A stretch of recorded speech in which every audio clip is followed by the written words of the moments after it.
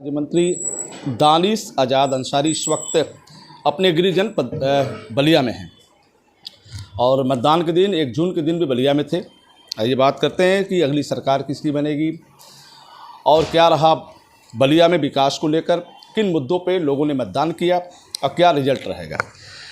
तो exit poll आया है, सामने आ रहे हैं, उस पर आपको क्या कहना है? देखिए, देश की जनता का जो विश्वास, जो मत था, एग्जिट पोल में भी वो दिखा। हम सब ने देखा कि पूर्ण बहुमत के साथ भारतीय जनता पार्टी की सरकार बनने जा रही है। देश में तीसरी बार प्रधानमंत्री पद के रूप में मोदी जी शपथ लेने जा रहे हैं। विकास का, तरक्की का, रोज़गार का, उन्नति का जो वादा मोदी जी ने जनता से किया है, निश्चित तौर पर हम उस वादे पे खरे उतरने के लिए पूरी तत्परता से हमारी उत्तर प्रदेश की योगी सरकार मोदी जी के लीडरशिप में काम करेगी। और ये जो तीसरा कार्यकाल रहेगा मोदी जी का, ये भारत की क्षमताओं के विस्तार के लिए काल समर्पित रहेगा। भारत के नौजवानों के हाथों को सशक्त करने के लिए जो काल है वो समर्पित रहेगा। भारत के जो हमारा किसान भाई है उसको समृद्ध करने के लिए ये जो हमारा कार्यकाल मोदी जी का तीसरा वो समर्पित रहेगा। भारत का जो पिछड़ा, दलित, अल्पसंख्यक, पासमानदा वर्ग है उसके उत्थान के लिए ये जो कार्यकाल है समर्पित रहेगा। और यकीनन जो मोदी जी ने जो बीते 10 सालों में काम किया है, उस काम के प्रति विश्वास की झलक इस चुनाव में दिखी। जनता ने पूरी तरीके से अपना मत, अपना आशीर्वाद, अपना जो विश्वास है वो मोदी जी पे दिया है। और बलिया की इस क्रांति भूमि से हम ये कह सकते हैं कि बलिया के साथ साथ पूरे उत्तर प्रदेश के हर लोकसभा में कमल खिलने जा रहा है। सर, विपक्ष कहता है कि इंडिया गठबंधन की सरकार बनेगी, जो एग्जिट पोल है गलत है। देखिए, विपक्ष आज पूरी तरीके से हताश है, निराश है, क्योंकि विपक्ष को जनता ने पहले ही नकार दिया था और एग्जिट पोल ने भी विपक्ष को दिखा दिया सच्चाई का सही असली आईना। विपक्ष आखिर इस हालत में क्यों पहुंचा, ये भी बात विपक्ष को समझनी चाहिए। कांग्रेस पार्टी ने जिस तरीके से देश को भ्रष्टाचार की तरफ और आतंकवाद की तरफ ढकेलने का काम किया, ये उसका नतीजा है। समाजवादी पार्टी ने जिस तरीके से उत्तर प्रदेश को भ्रष्टाचार की तरफ, अपराध की तरफ ढकेला, ये उसका नतीजा है। जनता ने जब आपको मौका दिया, कांग्रेस और सपा को, तो इसी कांग्रेस और सपा ने जनता के साथ विश्वासघात किया। केवल और केवल राजनीति के माध्यम से अपने निजी राजनीतिक स्वार्थों को पूरा करने का काम किया। लेकिन जनता आज सजग है, जागरूक है। मोदी जी के रूप में उनको ऐसा सेवक मिला है जो जनता की सेवा के लिए काम करता है। मोदी जी के लिए जनता सर्वोपरि है, देश उनका परिवार है और परिवार का ख्याल रखना मोदी जी बखूबी जानते हैं।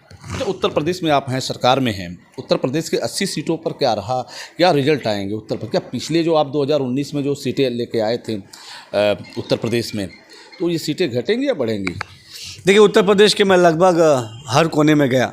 सहारनपुर से हमारी चुनावी यात्रा शुरू हुई। मैं अपने गृह जनपद बलिया बीते 10-12 दिनों से हूँ और पूरे उत्तर प्रदेश का जो माहौल, जो मिजाज हमने देखा, वो पूरी तरीके से मोदी की गारंटी के पक्ष में था।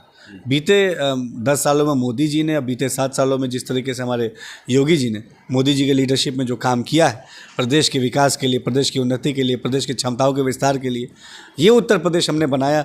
2017 के बाद का उत्तर प्रदेश और 2017 के पहले का उत्तर प्रदेश, अगर आप दोनों उत्तर प्रदेश को देखेंगे तो आपको ज़मीन आसमान का फ़र्क दिखेगा। एक तरफ जहाँ 2017 से पहले उत्तर प्रदेश में अपराध और अपराधियों का बोलबाला हुआ करता था, 2017 से पहले समाजवादी पार्टी के शासनकाल में उत्तर प्रदेश में लॉ एंड ऑर्डर पूरी तरीके से डिरेल थी। 2017 से पहले समाजवादी पार्टी के शासनकाल में जिस तरीके से उत्तर प्रदेश के कल कारखाने बंद कराने की साजिश रची समाजवादी पार्टी ने, उत्तर प्रदेश के उद्योगपतियों को परेशान किया समाजवादी पार्टी ने, उत्तर प्रदेश के व्यापारियों को परेशान किया समाजवादी पार्टी ने, उत्तर प्रदेश की जनता के साथ धोखा किया समाजवादी पार्टी ने, अल्पसंख्यक समाज के साथ जो है फरेब किया समाजवादी पार्टी ने। उस पूरी तस्वीर को 2017 के बाद जब उत्तर प्रदेश में योगी सरकार आई तो प्रधानमंत्री मोदी जी के लीडरशिप में योगी जी ने उत्तर प्रदेश की तस्वीर को बदला और आज वही उत्तर प्रदेश, ये उत्तम प्रदेश कहा जाता है। यही उत्तर प्रदेश है, ये आज लॉ एंड ऑर्डर का प्रदेश कहा जाता है। यही उत्तर प्रदेश है जहां आज अपराधी भयभीत हैं। यही उत्तर प्रदेश है जहां अपराध करने से पहले अपराधी 100 बार सोचते हैं। ये वही उत्तर प्रदेश है जहां देश से नहीं दुनिया से इन्वेस्टर्स आ रहे हैं। हमने ग्लोबल इन्वेस्टर्स समिट किया, 35 लाख करोड़ से अधिक का इन्वेस्टमेंट यूपी में आया है। ग्राउंड ब्रेकिंग सेरेमनी हमने की 10 लाख करोड़ से अधिक की। ये साफ दर्शाता है कि हम उद्योग को, हम रोज़गार को, नौजवानों को बढ़ावा दे रहे हैं। अच्छा सर, आप आते हैं पूर्वांचल पे, चूँकि उत्तर प्रदेश सरकार में पूर्वांचल की सीटों पे बात करते हैं। विपक्ष का ये रहता है इंडिया गठबंधन का कि मुस्लिम वोट समाजवादी पार्टी यानी इंडिया गठबंधन के पक्ष में जोरदार गया है। आप इससे सहमत हैं? देखिए, विपक्ष ने खासतौर पर सपा और कांग्रेस ने हमेशा मुसलमानों को गुमराह करने का काम किया। मुसलमान जब उनसे सवाल पूछता है, समाजवादी पार्टी से खास तौर पे, कि अपने शासनकाल में समाजवादी पार्टी ने मुसलमानों के लिए क्या काम किया, क्या एक भी डेडिकेटेड यूनिवर्सिटी समाजवादी पार्टी ने मुसलमानों के लिए उत्तर प्रदेश में बनाई, इसका कोई जवाब नहीं समाजवादी पार्टी के पास। क्या मदरसा शिक्षा के मूलभूत सुविधाओं के विस्तार के लिए समाजवादी पार्टी ने अपने शासनकाल में कोई काम किया, इसका कोई जवाब नहीं है समाजवादी पार्टी के पास। जब मुसलमान समाजवादी पार्टी से सवाल पूछता है कि मुस्लिम नौजवानों के रोज़गार के लिए समाजवादी पार्टी ने अपने शासनकाल में कुछ किया, तो इसका भी कोई जवाब नहीं है समाजवादी पार्टी के पास। लेकिन आज भारतीय जनता पार्टी की जो हमारी सरकार है, योगी सरकार, मोदी सरकार, इसने मुसलमानों के क्वालिटी एजुकेशन को बढ़ावा देने के लिए मदरसे में एनसीईआरटी का कोर्स लागू किया, मदरसों में हमने आधुनिक शिक्षा को इंट्रोड्यूस किया, दीन इस्लाम के साथ साथ मदरसों में आधुनिक शिक्षा हमने ले आई।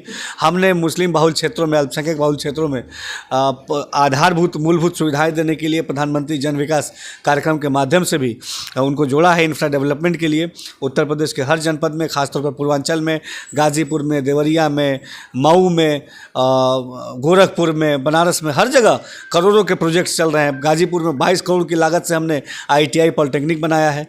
देवरिया में हमने करीब 18 करोड़ की लागत से ITI पॉलिटेक्निक बनाया है। गाजीपुर की भी यही हाल है। बलिया में भी हम एक बहुत बड़ा प्रोजेक्ट आने वाले दिनों में ला रहे हैं, जिससे बलिया की शिक्षा को और नए स्तर पर हम सब ले जाएंगे। सर, आपने गाजीपुर में 22 करोड़ की बात की कि 22 करोड़ से विकास हो रहा है, तो गाजीपुर में सांसद अफजाल अंसारी खुली चुनौती दे रहे हैं कि यहाँ भारतीय जनता पार्टी खाता नहीं खुलेगा, समाजवादी पार्टी जीते। देखिए, यही तो बात है। ये हमेशा इन्होंने मुसलमानों को गुमराह करके उनके ऊपर राजनीति करने का काम किया है, लेकिन आज अब मुसलमान गुमराह होने वाला नहीं है। मुसलमान के मूल मुद्दे क्या है, ये मुसलमान समझ चुका है। मुसलमानों के मूल मुद्दे उनकी शिक्षा है, मुसलमानों का मूल मुद्दा उनका सुरक्षा है, मुसलमानों का मूल मुद्दा उनका रोज़गार है, और निश्चित तौर पे मुसलमानों के मूल मुद्दे के लिए हमारी योगी और मोदी सरकार धरातल पे काम कर रही है।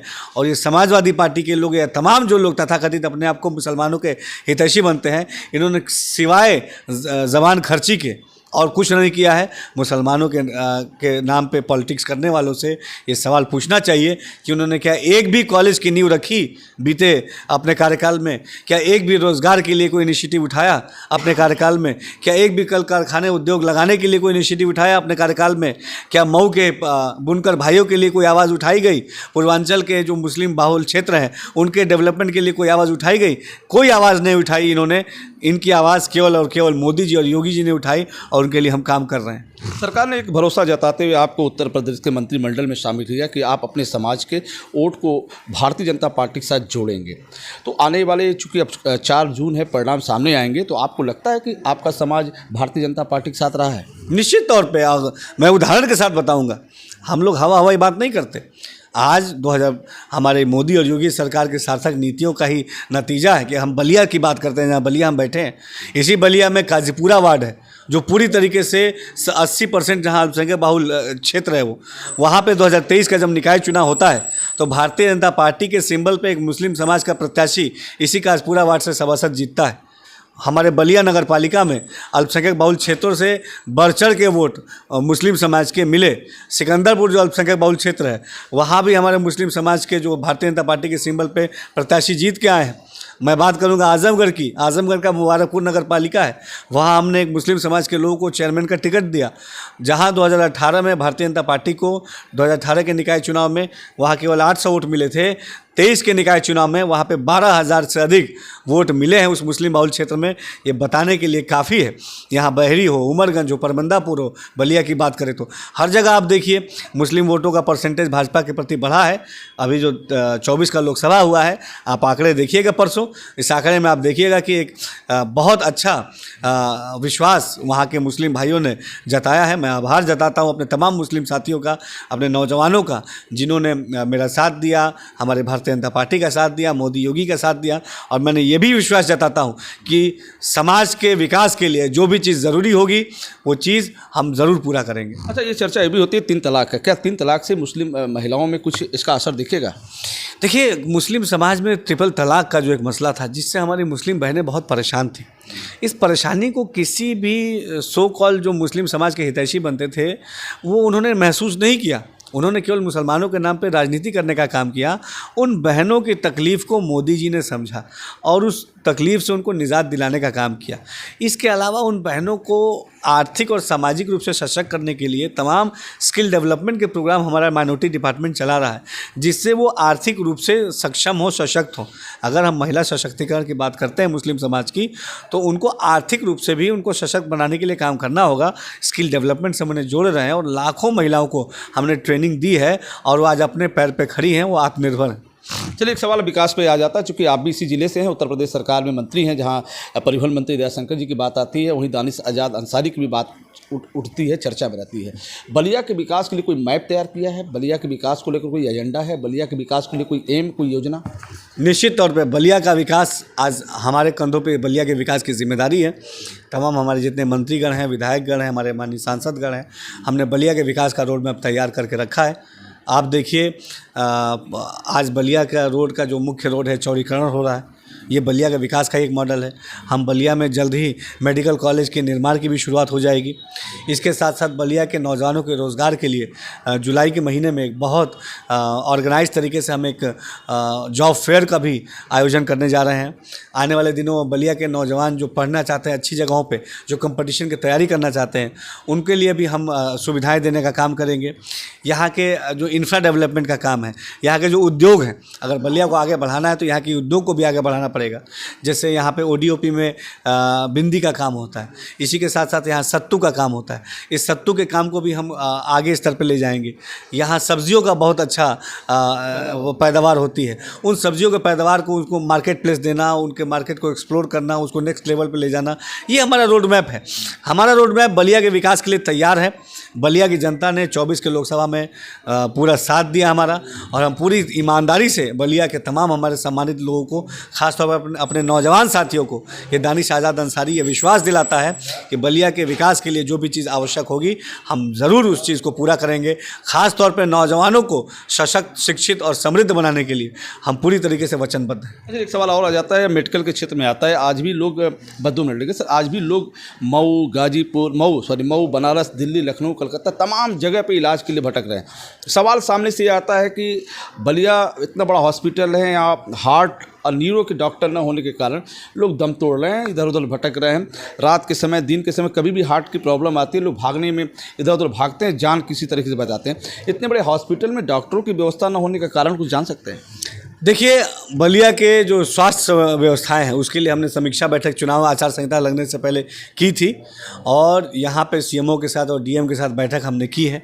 और जो भी यहाँ पे मूलभूत सुविधाएं यहाँ पे मुहैया करानी चाहिए वो हम आचार संहिता हटने के बाद उसको तुरंत लागू कराएंगे। डॉक्टर्स की हमने अलग अलग डिपार्टमेंट में जो डॉक्टर्स होने चाहिए उसके भी कैपेबिलिटी की समीक्षा की है, और जो भी स्पेशलिस्ट यहाँ चाहिए होगा उन चीज़ों को हम माननीय योगी जी से बात करके, माननीय अपने मुख्यमंत्री जी से बात करके उन चीज़ों को यहाँ मुहैया कराएंगे। बलिया की स्वास्थ्य की सुविधा ये अच्छी होनी चाहिए, ये हम इसके लिए पूरी तरीके से वचनबद्ध हैं, और आचार संहिता हटने के बाद हम इसको तुरंत इसको लागू भी करेंगे। एक सवाल और है, बाढ़ और कटान, आपके 2 नदियों से घिरा अपना बलिया बाढ़ और कटान से एक गंभीर समस्या से झेल रहा है।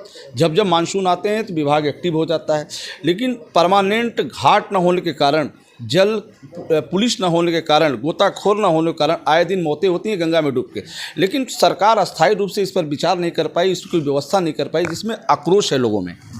देखिए, बरसात का महीना आने वाला है और कटान की समस्या जो आती है इसके लिए भी हमने बैठक की है। हमने जिलाधिकारी को भी इसके लिए निर्देशित किया है, और उच्च स्तर पे भी अधिकारियों की बैठक हम लखनऊ स्तर पे भी इसके लिए करेंगे आचार संहिता हटने के तुरंत बाद। और इसके निपटने के लिए जो भी कार्रवाई आवश्यक होगी उसको हम करेंगे। घाटों का निर्माण की जो ज़रूरत है उसकी भी समीक्षा की जा चुकी है, जल्दी उसके लिए भी हम काम शुरू करेंगे, और जो भी वहाँ के लिए ज़रूरी आवश्यक चीज़ें होंगी वो कदम हम ज़रूर उठाएँगे। आपके क्षेत्र में बसंतपुर आता है, उसके नाम सुरहा ताल और एक स्मारक का रूप ले रहा था। चंद्रशेखर जी के जाने के बाद वो एरिया विकसित पूरी तरह से नहीं हो पा रहा है, तो क्या उस एरिया में इसकी जो सपना थी चंद्रशेखर जी का उस पर कुछ करने का मन है क्या? नहीं, निश्चित तौर पे हम चंद्रशेखर जी के सपनों का जो बलिया था उसको बनाने के लिए हम पूरी तरीके से प्रतिबद्ध हैं। अभी जो सुरहाताल की आपने बात की, उसके पर्यटन को बढ़ावा देने के लिए पिछले कुछ महीनों पहले हमने वहाँ पे बहुत बड़ा एक फेयर भी ऑर्गेनाइज़ कराया था। उसका बहुत अच्छा रिस्पांस आया और उसके सौंदर्यीकरण के लिए, वहाँ के विकास के लिए हम खाका तैयार कर रहे हैं। और जल्दी तमाम जो जितनी भी आपने बातें की हैं चुनाव के बाद, हम आपको ये विश्वास दिलाते हैं कि तमाम चीज़ें आपको ग्राउंड पर दिखेंगी। बहुत बहुत धन्यवाद। बात हो रही थी उत्तर प्रदेश सरकार के राज्य मंत्री दानिश आजाद अंसारी से। चुनाव के बाद विकास की रफ्तार पकड़ेगा बलिया। नमस्कार।